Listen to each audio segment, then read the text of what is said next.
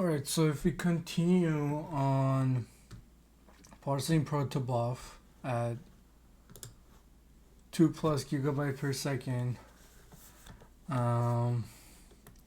we were, I believe we were around here. Alright, so let's just read from here. So actually let's read from here so we get a better idea. I also can get to this guy because there was this Mike Powell.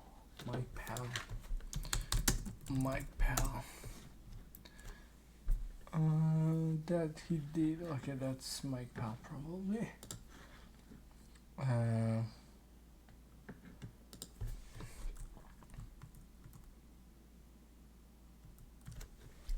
Oh, interesting. That's our author of the other article. So, can we go over this? This is from Lua. Alright. These observations closely mirror our experiences optimizing Protobuf parsing. The good news is that tail calls can help solve both of these problems. It may seem odd to compare interpreter loops to Protobuf parsers, but the nature of the Protobuf wire format makes them more similar than you might expect. The Protobuf wire format is a series of tag value pairs where the tag contains a field number and wire type. This tag acts similarly to an interpreter opcode. It tells us what operation we need to perform to parse this field's data. Like interpreter opcodes, Protobuf field numbers can come in any order, so we have to be prepared to dispatch at any part of the code at any time. The natural way to write such a parser is to have a while loop surrounding a switch statement, and indeed this has been the state of the art in Protobuf parsing for basically as long as Protobufs have existed. For example, here's some parsing code from the current C++ version of Protobuf. If we represent the control flow graphically, we get something like bounds check, load tag switch on field number, parse field 1, parse field 2, parse field 3, parse unknown field, and end loop. And then it goes back to the bounds check, load tag, switch on field number, and there's that. But this is incomplete because at almost every stage there are things that can go wrong. The wire type can go wrong. The wire type could be wrong, or we could see some corrupt data, or we could just hit the end of the current buffer. So the control flow graph looks more like this. So we go bounds check, there's a fallback, and then we go to the load tag, switch on field number, and then each of these have a fallback, and then we reach end loop, and then we go to the bounds check again. We want to stay on the first paths in blue as much as possible, but when we hit a hard case, we have to execute some fallback code to handle it. These fallback paths are usually bigger and more complicated than the first paths, touch more data, and often even make out of line calls to other functions to handle the more complex cases. Theoretically, this control flow graph paired with the profile should give the compiler all of the information it needs to generate the most optimal code. In practice, when a function is this big and connected, we often find ourselves fighting the compiler. It spells an important variable when we wanted to keep it in the register. It hosts stack frame manipulation that we want to shrink wrap around the fallback function invocation. It merges identical code paths that we wanted to keep separate for branch prediction reasons. The experience can end up feeling like trying to play the piano while wearing mittens. Improving interpreter loops with tail calls. The analysis above is mainly just a rehash of Mike's observation about interpreter main loops.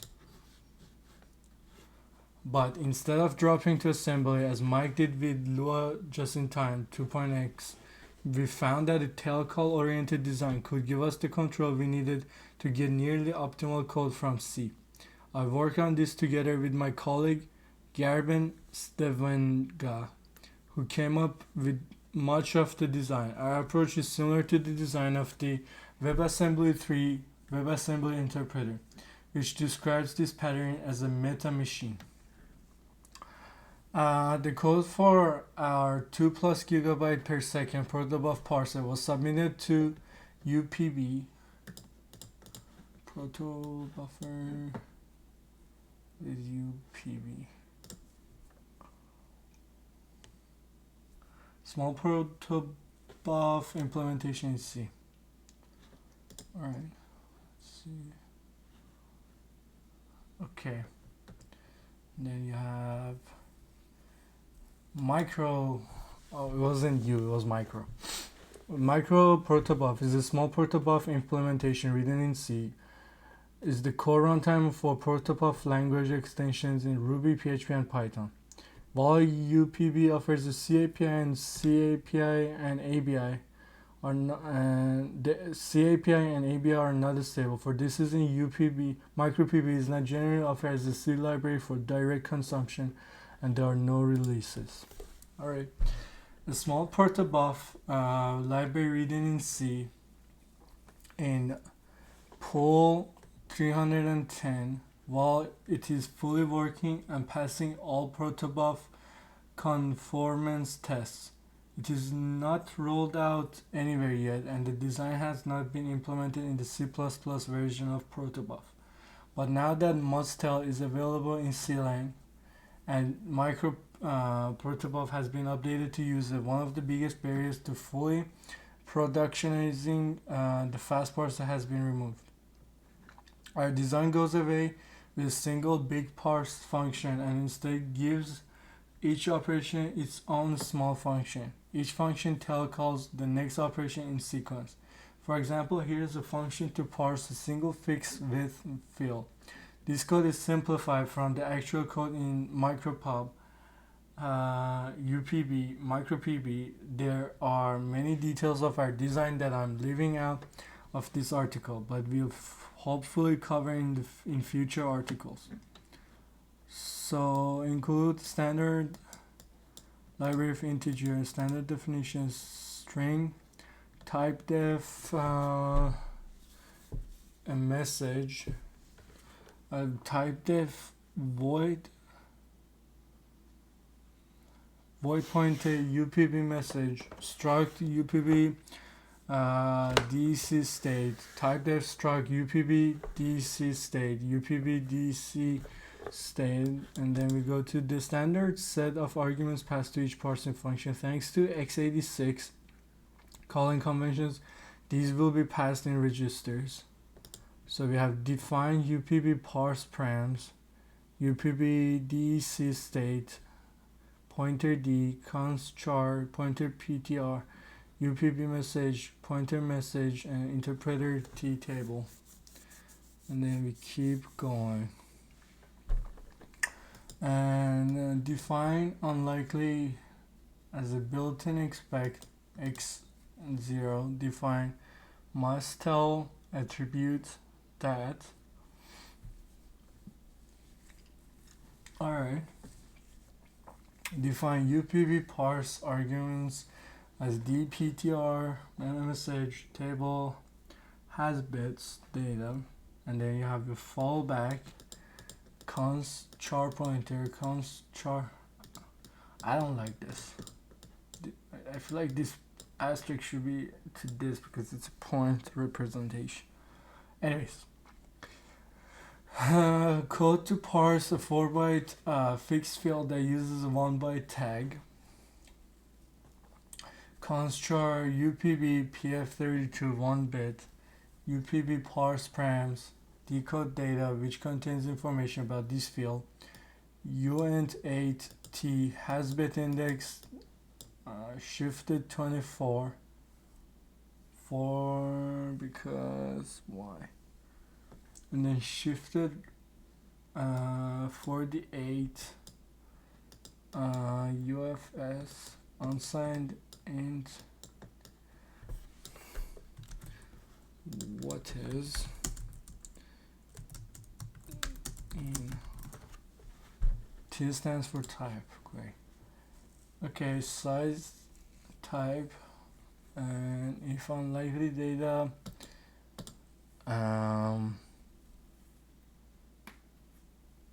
and functioning was an unlikely here. Built-in expect x to be 0. Wire type mismatch. The dispatch function XORs the expected wire type with the actual wire type. So data and 0xFF equals 0 indicates a match. Advanced pass tag. Pointer plus equal 1. Store data to message. Has bits is 1 unsigned long. What is this? This is interesting.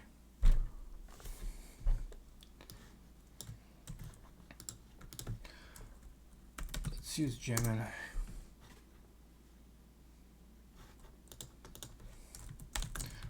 Is in C.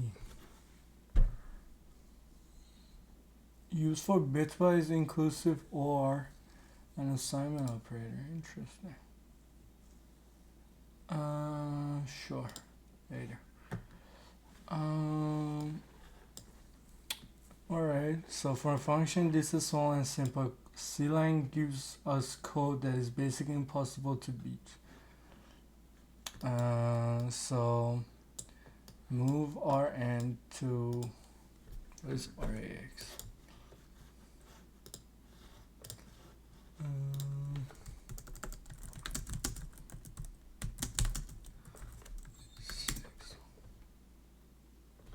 Rx is the 64-bit long size register. It was added in 2003 during the transition to 64 processors. Interesting. And then this R9B X86.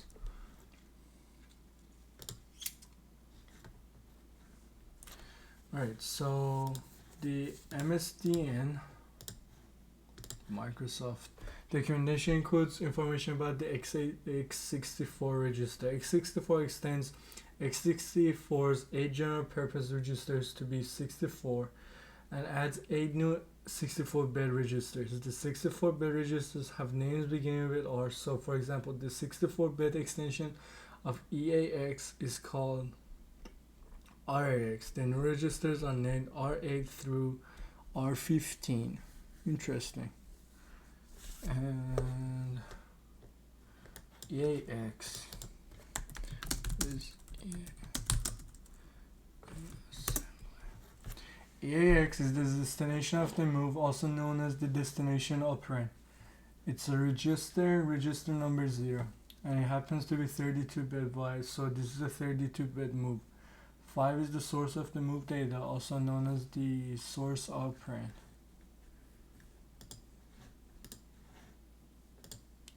Alright. Move to this from this. Move to this from that. And then this is RSI.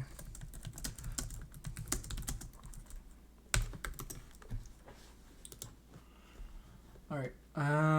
These registers were originally implicated in Intel x86 64-bit architecture. There is the RX, RDX registers, which are simply A to D general purpose registers, but there are also registers called RSI and RDI, which are the source index and the destination index registers respectively. Source index and the destinations index. Why do these registers have actual names compared to just A, etc.? What does source index and destination index actually mean? And is there some convention that says these registers should be used in specific circumstances? Alright, these registers were originally implicitly used in repetitive instruction, for instance, move, stack, base, which copies a byte from space index and destination index. Source index. Source. S is for source here. RSI. And data segment source index to ES destination index. At the time of the 16 bits computers with segmented memory in real mode and also an index registers in 16-bit addressing modes like BX plus SI. Right now, these registers are, for example, used to transmit the first two function parameters in Unix, x86, 64 ABI, far from their original purpose. What are the calling conventions for Unix and that on i386 and x86 64? Alright, so jump to dispatch, jump to fallback. Note that there is no prologue or epilogue, no register spells, indeed there is no usage of the stack whatsoever. The only exits are jumps from the two tel calls, but no code is required to forward. Alright, so epilogue, prologue, what is this?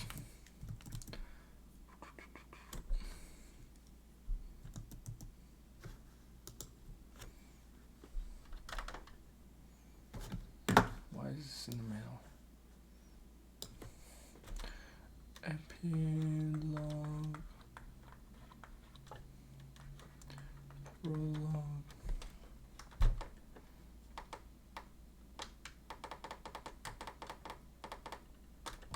Ah, come on.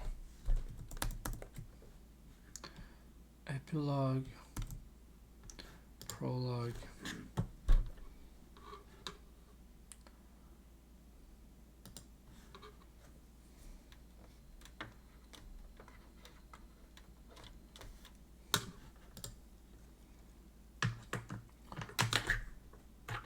No register spells. Indeed, there is no usage of this stack whatsoever. The only exits are jumps from the two tel calls, but no code is required to forward the parameters because the arguments are already sitting in the correct registers. Pretty much the only improvement we could hope for is to get an unconditional jump for the tel call. Jump and a fallback.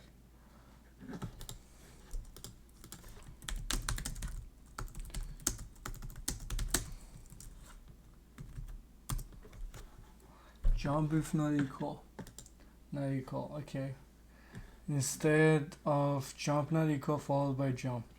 If you were looking at the disassembly of this code without symbol information, you would have no reason to know that this was an entire function. It could just as easily be a bulk block from a larger function, and that in essence is exactly what we are doing. We are taking an interpreted loop that is conceptually a big complicated function and programming it block by block, transferring control flow from one to the next via tel calls. We have full control of the register allocation and every block boundary. Well, for 6 registers at least. R8, R9.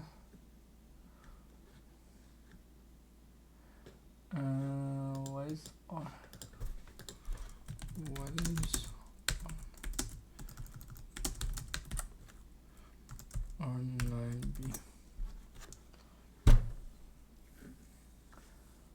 Refers to 1 byte.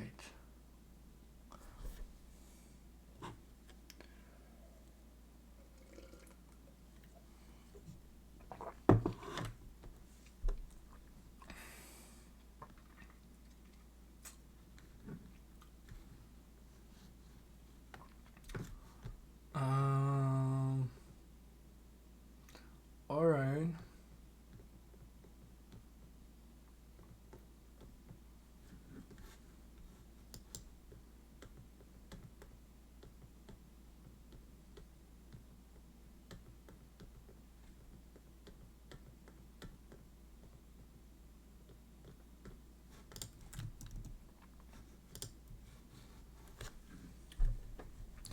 If you were looking at the disassembly of this code without symbol information, you would have no reason to know that this was an entire function. It could just as easily be a basic block from larger function, and that in essence is exactly what we are doing.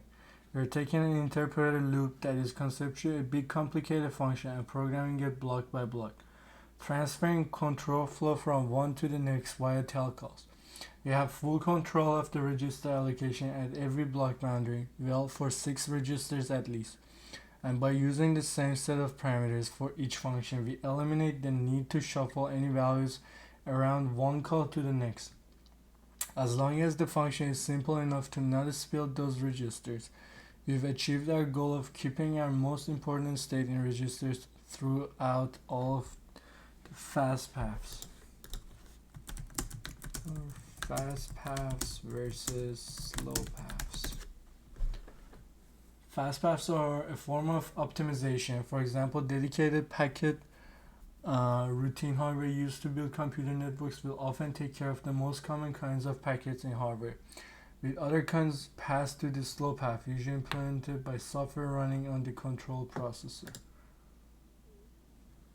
Fast path is the term used in computer science to describe a path with shorter instruction path length through a program compared to the normal path.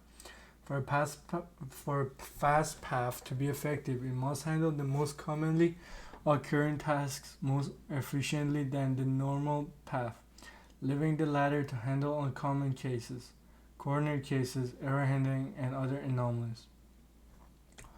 Alright, so it's a software thing. I thought it's a low-level chip thing. Even in pure software, specific implementations have been developed that leverage the concept of a fast path to maximize the performance of packet processing.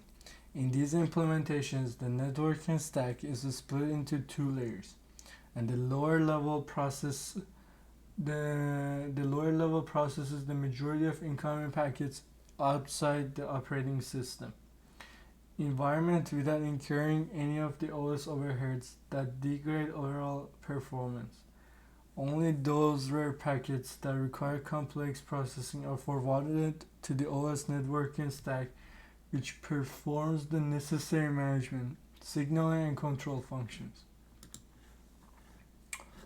Alright.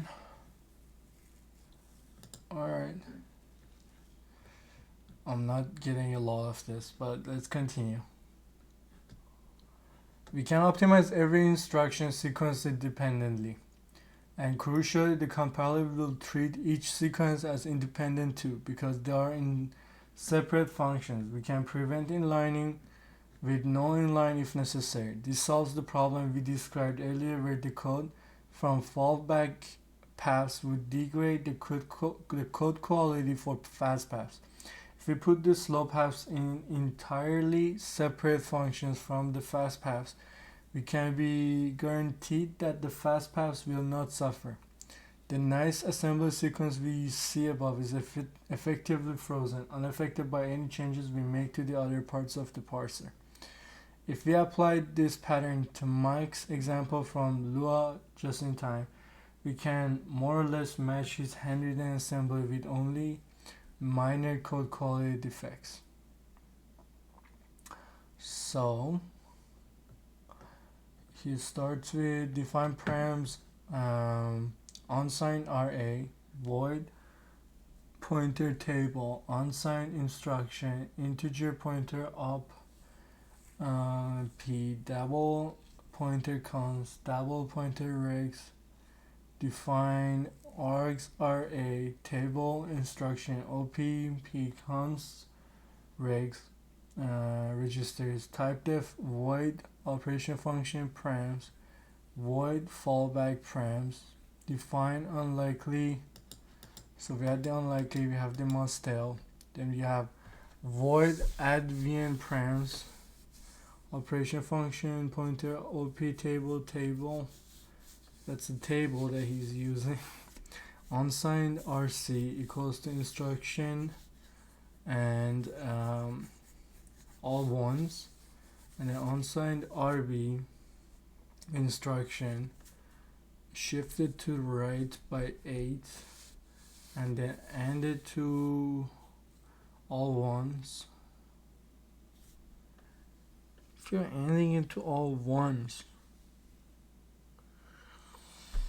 aren't you getting the same thing? Why is he ending into all ones? Not sure. Okay, so he mem copies that, and if unlikely type is greater than -13, return to fallback to handle that. And then you have your registers RA plus equal const RC, instruction equals asterisk OP, underline P++, unsigned OP equals instruction ampersand, all ones, and then RA instruction shifts it to A to the right, basically dividing it by 2 to the 8. And again, the instruction shift right set equal to itself, and then the resulting is move ZX. What is move ZX assembly? Move ZX, move with 0 extended, copies the contents of source operand to destination operand, and 0 extends the operand to 13 or 32-bit. And what is CMP assembly? The CMP instruction lets you compare two values, for example, to test if two values are equal or if a value is less than or greater than a specified number. Alright, so what is dword pointer? The dword pointer indicates that T is a pointer that points to an unsigned 32-bit value. Alright, so move SD. What is move? No. Move or merge a scalar double precision floating point value. Interesting. Move or merge a scalar double precision floating point.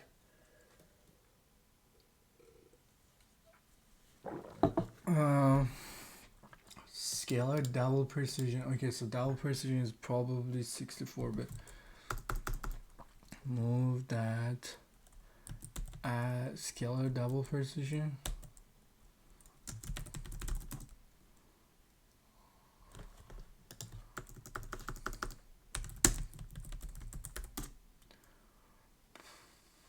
As scalar double precision, yeah.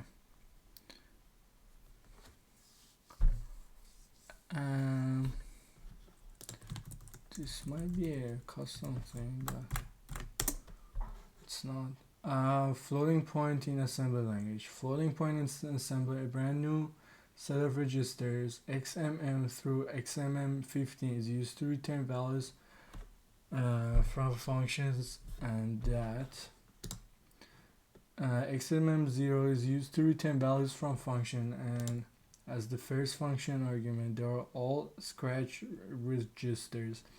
A perfectly anarchist setup. Save things to memory before calling any functions. Alright.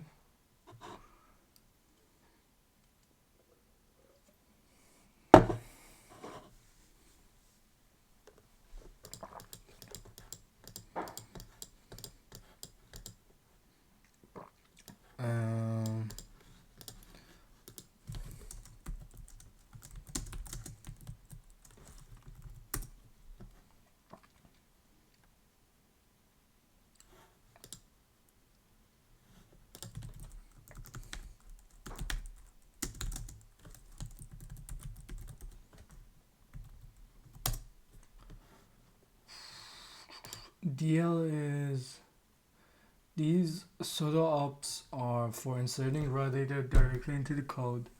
DB is for bytes, DS is for 16-bit words, DI is for 32-bit words.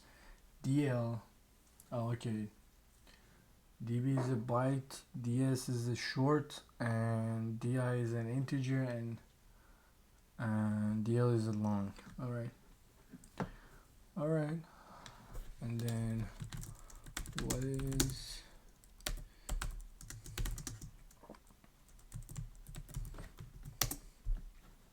ADI is used to hold the destination. Destination index. ESI holds the source index, and EBX is used as a general purpose index register. Interesting.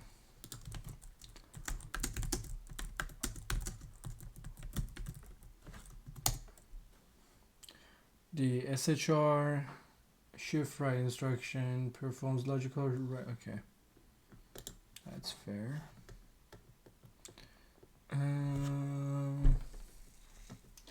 All right, so we kind of read the assembly.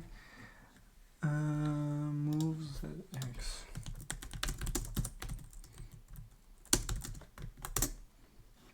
Moves at X. Move it 0 extended. Move single. Scalar.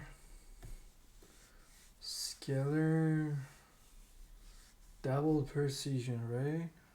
I feel like that's what it was. Yes, that's probably what it was. The only opportunity for improvement I see here, aside from the jump not equal fallback issue mentioned before, is that for some reason the compiler doesn't want to generate jump keyword pointer register source index plus 8 times of whatever is in RAX. What is RAX in assembly? RAX is the 64-bit long size register. It was added in that. Oh, okay. So the A goes to D. If I'm not wrong. A, B, C, D, 4. Yeah, I thought it would be 8. Yeah. Anyways, the only opportunity for improvement I see here, aside from that limitations, one of the biggest caveats with this approach is that these beautiful assembly sequences get catastrophically pessimized if any non-tail calls are present. Any non-tail call forces a stack frame to be created, and a lot of data spills to the stack. That these beautiful assemblies get catastrophically pessimized if any non-tail calls are present. Any non-tail call forces a stack frame to be created, and a lot of data spills to the stack. I see. So the difference between here and there is that the Mostel is using what is the difference here? What is the difference here?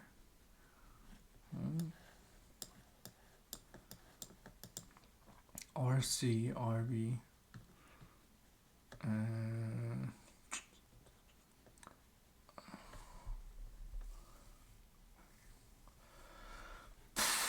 Oh, maybe it's the same code, isn't it? Advent. You have 5 lines like that, 5 lines like that, and then regs, ins, unsigned, RA, instruction, that. Okay.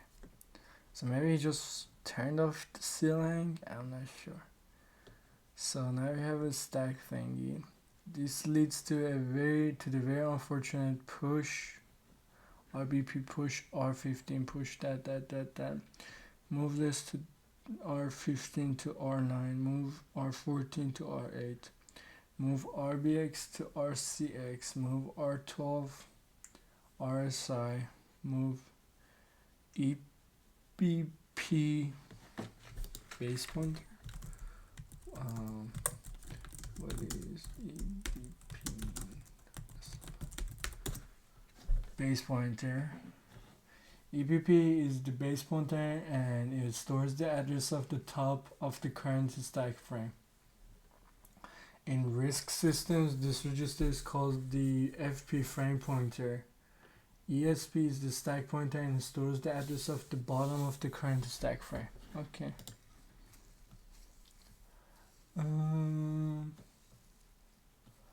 Alright.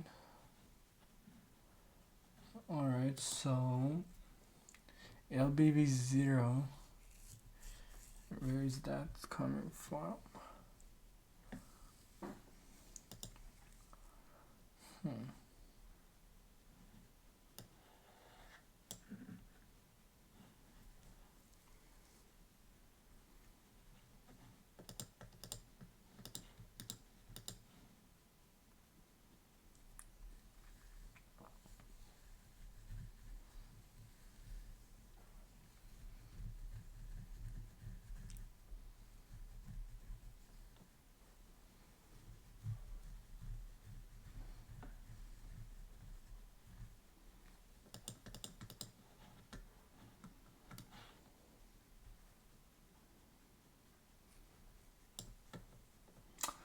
Yeah, well, looks longer. It looks like there's a stack frame,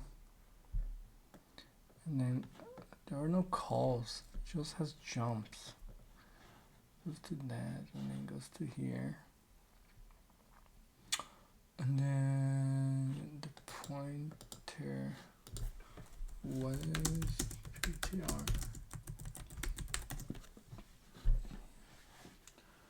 Write to double word. You are writing to a point in memory as you are only giving a 0. It doesn't know it should write a byte or word or double word. The double word pointer means write a double word. Yes, it stands for pointer because you put a memory address as destination. Also, maybe you write that XMM0, which was a float, to that destination. Add. So add it and then he puts it there, I guess. Alright. What else? What else? So basically you have this 3, 4, 9 lines here. If you can label this a little bit, 9 lines there. You have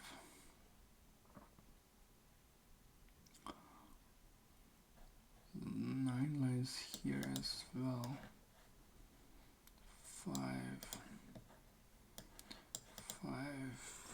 23 lines there, and then you have your function advn. Maybe these are some conventions, I don't know. What is LBB? One in assembly.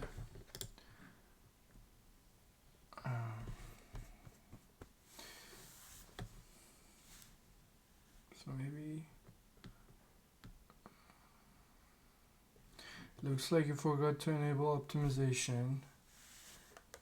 -0 treats all variables except register variables, pretty much similar to volatile for consistent debugging.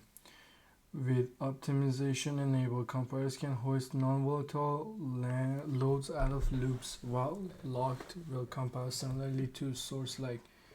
If locked, do that. What is volatile in C? Okay, volatility has implications within function calling conventions and also impacts how variables are stored, accessed, and cached. In the C, C++, C#, and Java, the volatile keyword indicates that a value may change between different accesses, even if it doesn't appear to be modified. I didn't quite get it. So you have define memory address at that. Let's see here. Why is volatile needed in C? What is it used for? What will it do? Volatile tells compiler not to optimize anything that has to do with the volatile variable. There are at least 3 common reasons to use it, all involving situations where the value of the variable can change without action from the visible code. When you interface with hardware that changes the value itself, when there is another thread running that also uses the variable, there is a signal handler that might change the value of the variable. Oh, interesting. let's say you have a little piece of hardware that is mapped into RAM somewhere and that has two addresses, a command port and data port. Alright, so command, data, and then is busy. And then you have your my hardware gadget. Now you want to send some command. Send command, you get a pointer, and then int command, int that while gadget is busy, do nothing here. And then set data first to that, right in the command starts the action. Looks easy, but it can fail because the compiler is free to change the order in which data and commands are written. This will cause that little gadget to issue commands with the previous data value. Also take a look at the wait while busy loop. That one will be optimized out. The compiler will try to be clever, read the value of isBusy just once and then go into an infinite loop. That's not what you want. The way to get around this is to declare the pointer gadget as volatile. This way the compiler is forced to do what you wrote. It can't remove the memory assignment. It can't cache variables in register and it can't change the order of assignments either. Alright.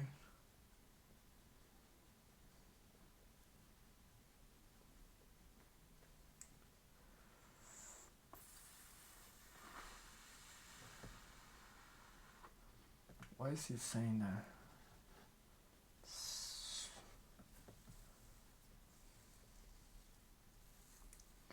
Alright, that's what I kind of felt like, the caching part.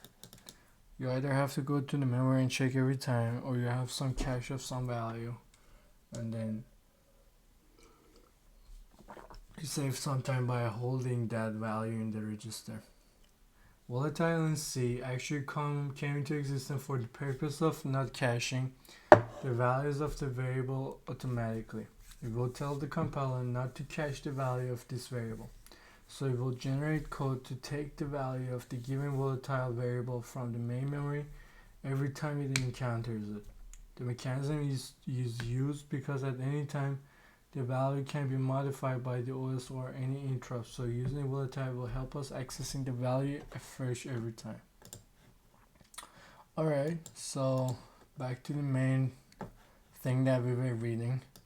To avoid this, we tried to follow the discipline of only calling other functions via inlining or tail calls.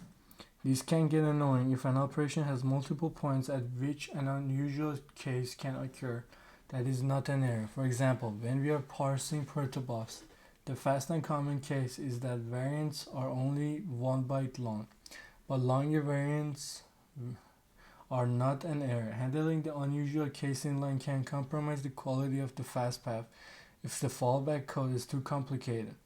But tail calling to a fallback function gives no way of easily resuming the operation once the unusual case is handled. So the fallback function must be capable of pushing forward and completing the operation. This leads to code duplication and complexity. Ideally, this issue could be solved by adding attribute preserve modes to the fallback functions and then calling them normally. Without tail calls, the preserve most attribute makes the callee responsible for preserving nearly all registers, which moves the cost of the register spills to the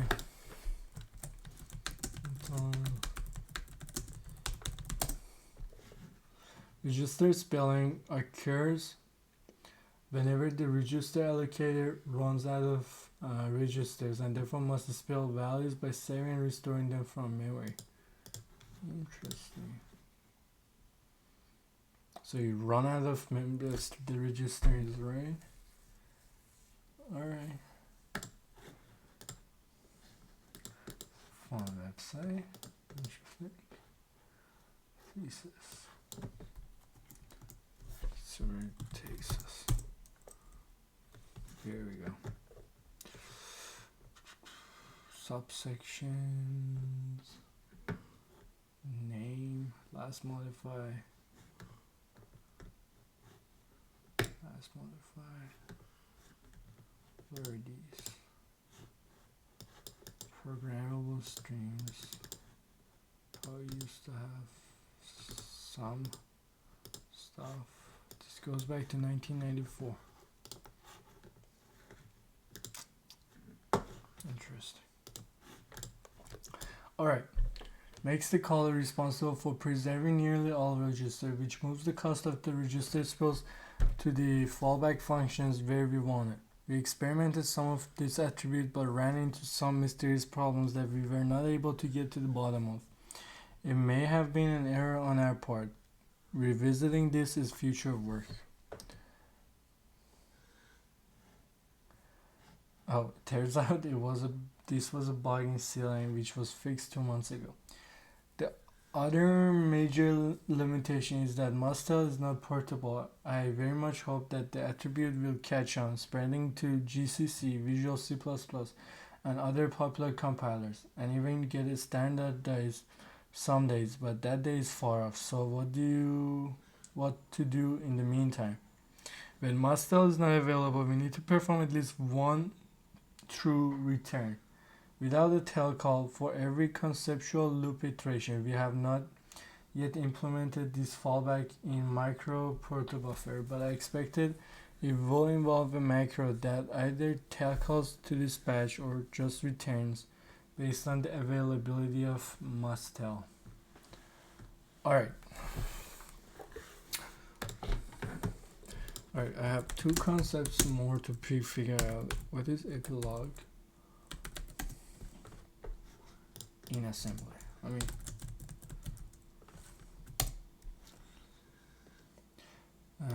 Function prologue and epilogue. Okay. So it says function prologue and epilogue represents the specific operations performed at the beginning and end of a function. Respectively, these options are necessary to ensure the proper functioning of the function. Sure. The function prologue is a set of instructions that are executed at the beginning of a function. Its main purpose is to set up the function's environment before its main body of code executes. Here's a detailed explanation of each step typically found in the function prologue, along with an example in x86 32-bit assembly language. Save the previous frame pointer. EBP. The first step in the function prologue is to save the value of the previous frame pointer. This is important because it allows the function to access the calling function's stack frame later. This is typically done by pushing the value of EPB onto the stack. Alright, set up the new frame pointer. After saving the previous EPB, the next step is to set up the new frame pointer EBP to point to the current stack frame. This is typically done by moving the value of the stack pointer into the base pointer register. So EBP is ESP is the new one, isn't it? The stack pointer into the base pointer. Move to this from this. This is depicted by moving the value of that to that. Allocate space for local variables. Once the frame pointer is set up, the function needs to allocate space on the stack for its local variables. This is done by subtracting the value of the total size of local variables from the stack pointer. Additional initialization. Depending on the specific requirements of the function, there may be additional initialization steps in the prologue. This could include setting up parameter access or initializing specific registers. So move double word this and then stores the function argument on this stack. Once these steps are completed, the function prologue has prepared the function's environment, including setting up the stack frame, saving the previous frame pointer, and allocating space for local variables. The function's main body of code can then execute with access to its parameters and local variables. So now we have function prologue in XAssembly will be push EBP, save the previous frame pointer, set up the new frame pointer, allocate space for 16 bytes of local variables, Sure. Store the first function argument on the stack.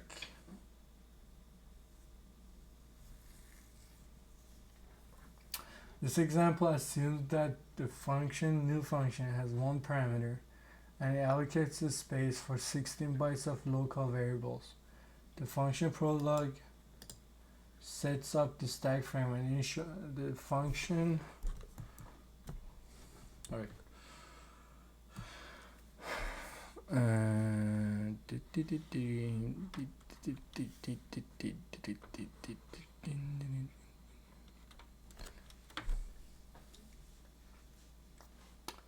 Alright, so the epilogue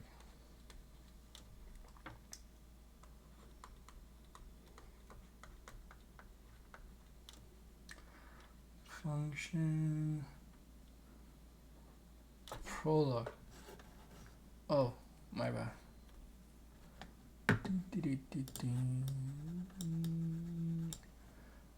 I could do that. I know there's that. I mean, why did I do that anyways? The fun prologue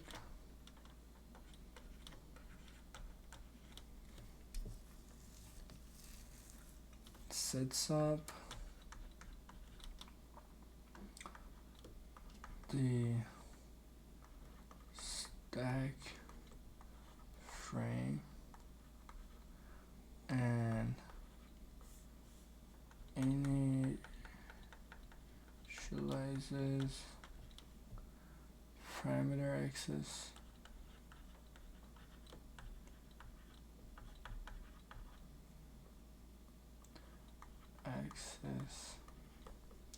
before executing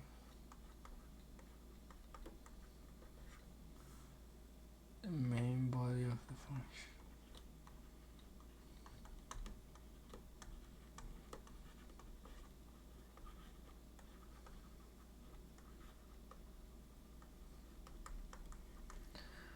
Access before executing the main.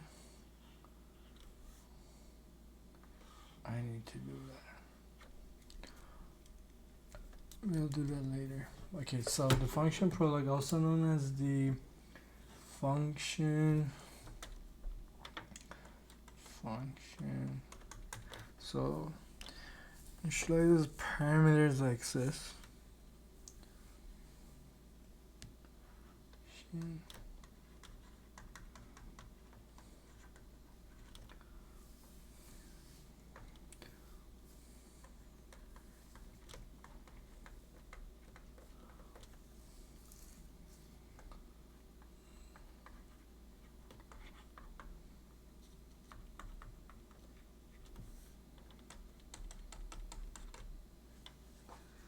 Alright, its main purpose is to clean up the function's environment and prepare for its return to the calling file.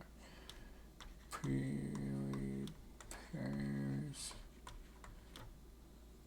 to go back to the calling function.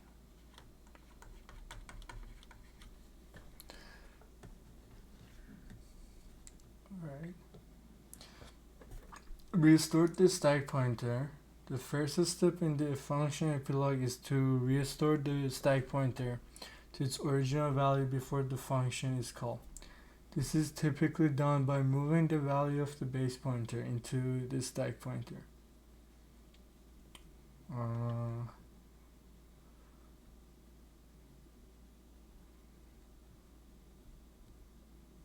So it goes back to what it was called. So it was first push EPB.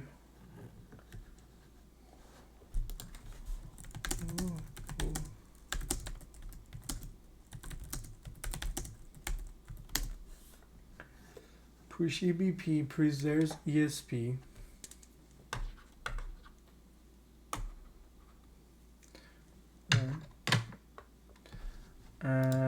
This is stored so it can be returned to at the end of the function. A stack frame is used to store local variables, and each function will have its own stack frame in memory. Move EBP ESP moves the current stack position into EBP, which is the base of the stack. Alright.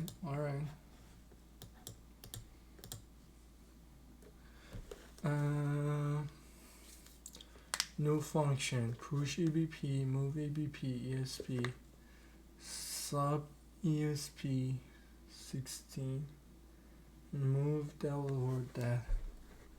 Alright, this example assumes that the function new function has one parameter and it allocates a space for 16 bytes of local variables. The function prolog sets up the stack frame and initializes parameter access before executing the main body of the function. Function epilogue. We go to this. We store the previous frame pointer. After restoring the stack pointer to the next step is to restore the previous frame pointer.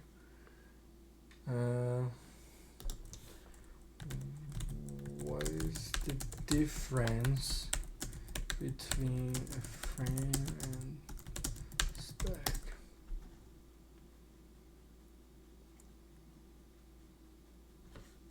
Alright, I see.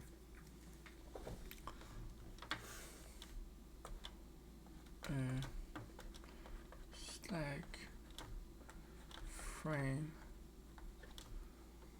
is a section of the stack dedicated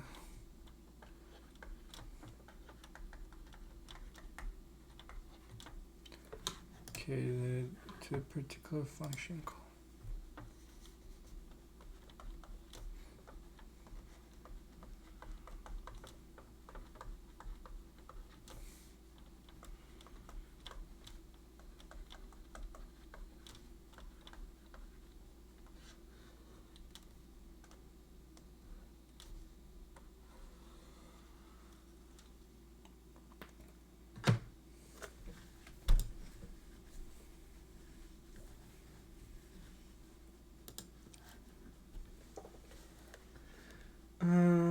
Okay, we store the previous frame pointer. This is typically done by popping the value from the stack back into the EBP register, clean up the stack. Once the frame pointer is restored, any space allocated for local variables on the stack needs to be cleaned up. This is typically done by adding the total size of local variables back to the stack pointer.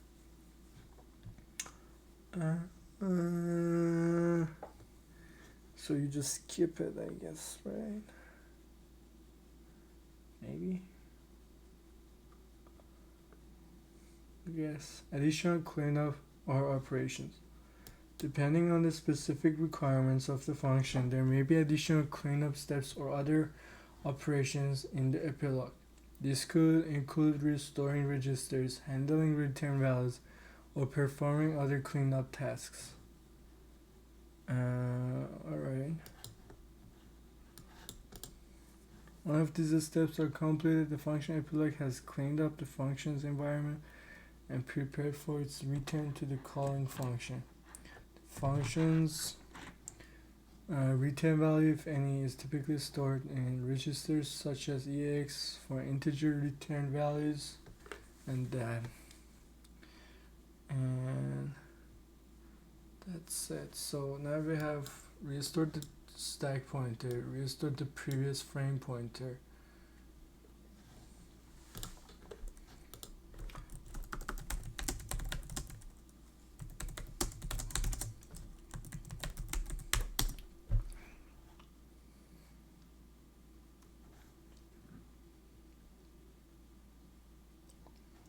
Interesting. Oh.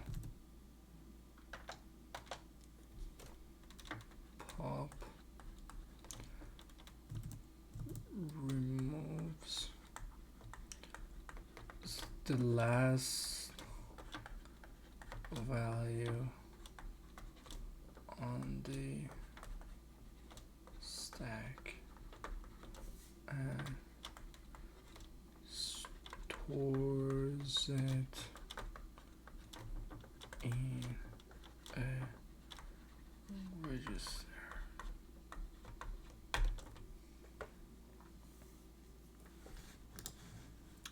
Alright, so push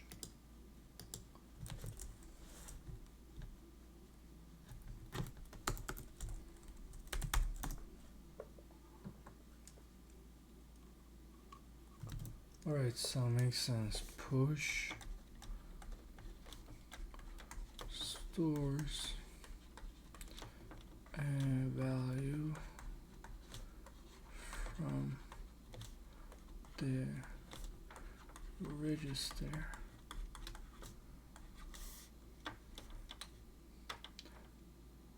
out onto the stack, onto the stack.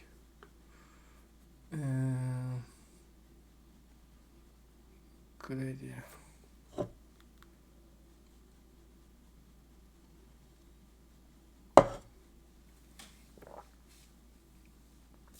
Good idea. I have an idea for voice isolation because my whole setup is in the living room and I can't record if the family wants to do their thing. So I don't know, it just got popped in my head for some random reason. Alright, so pop that, add to the ESP, stack pointer, base pointer. The EAX was stack pointer, stack pointer, base pointer,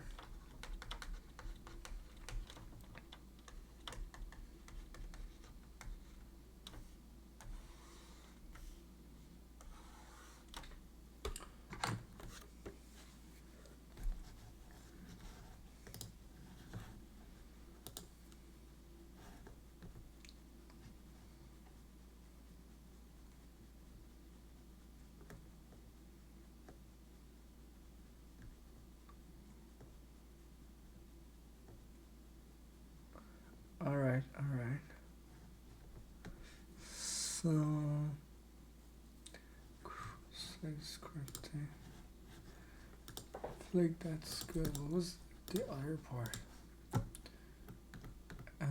ESP, EBP. What is EBP? Evidence-based practice.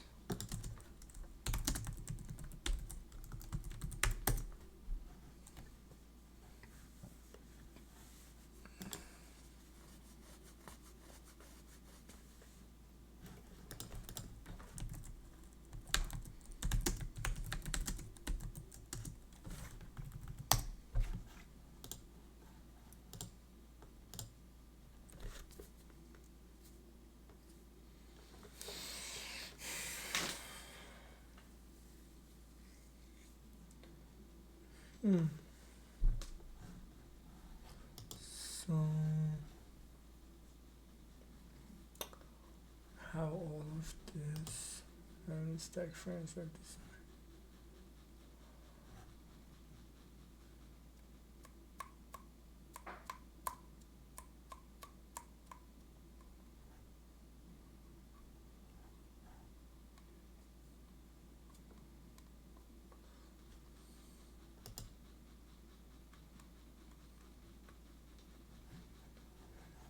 It's very confusing with this. I don't get it. One time it goes, I mean, it doesn't, shouldn't matter.